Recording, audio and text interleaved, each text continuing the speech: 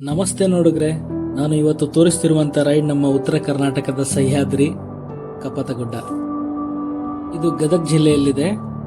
ನೀವು ನಂಬ್ತೀರಾ ನಮ್ಮ ಉತ್ತರ ಕರ್ನಾಟಕದಲ್ಲೂ ದಟ್ಟ ಕಾಡುಗಳಿದೆ ಅಂತ? ನಿಜ. 1882ರಲ್ಲೇ ಇದು ಅರಣ್ಯ ಪ್ರದೇಶ ಎಂದು ಬ್ರಿಟಿಷರಿಂದ ಘೋಷಿಸಲ್ಪಟ್ಟು ಇವಾಗ ಇದು ವನ್ಯಜೀವಿ ಧಾಮ. ಇದು ಸುಮಾರು 80,000 ಎಕರೆ ವಿಸ್ತೀರ್ಣ ಹೊಂದಿದ್ದು ಔಷಧೀಯ ಸಸ್ಯಗಳ ತಾಣ ಎಂದು ಕರೆಸಿಕೊಳ್ಳಲ್ಪಡುತ್ತೆ. 1880ನೇ ಇಸ್ವಿಯಲ್ಲಿ ಬ್ರಿಟಿಷರು ಇಲ್ಲಿ ಚಿನ್ನ ಇದೆ ಎಂದು ಅವರ ಗೆಜೆಟ್ನಲ್ಲಿ ದಾಖಲೆ ಮಾಡ್ತಾರೆ. ನಂತರ ಇಲ್ಲಿ ಗಣಿಗಾರಿಕೆ ನಡೆಯುತ್ತೆ. ಆಮೇಲೆ ಸರ್ಕಾರದಿಂದ ಇದನ್ನ ನಿಲ್ಲಿಸಲಾಗುತ್ತೆ. ಇದರ ಕುರುಗಳನ್ನ ನೀವು ಇನ್ನೂ ಸಹ ಕಾಣ್ಬೋದು.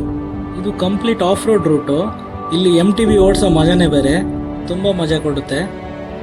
ಈ ಮಾನ್ಸೂನ್ ನಲ್ಲಿ ಸಹ್ಯಾದ್ರಿಯ ಸಾಲುಗಳು ನೋಡೋಕೆ ತುಂಬಾ ಸುಂದರವಾಗಿ ಕಾಣುತ್ತವೆ. ಒಂದ್ಸಲಿ ಭೇಟಿ ಕೊಡಿ. ಮುಂದಿನ ರೀಲಲ್ಲಿ ಇನ್ನೊಂದು ಸೈಕ್ಲಿಂಗ್ ವಿಡಿಯೋ ಒಂದಿಗೆ ಬರ್ತೀನಿ. ಧನ್ಯವಾದಗಳು.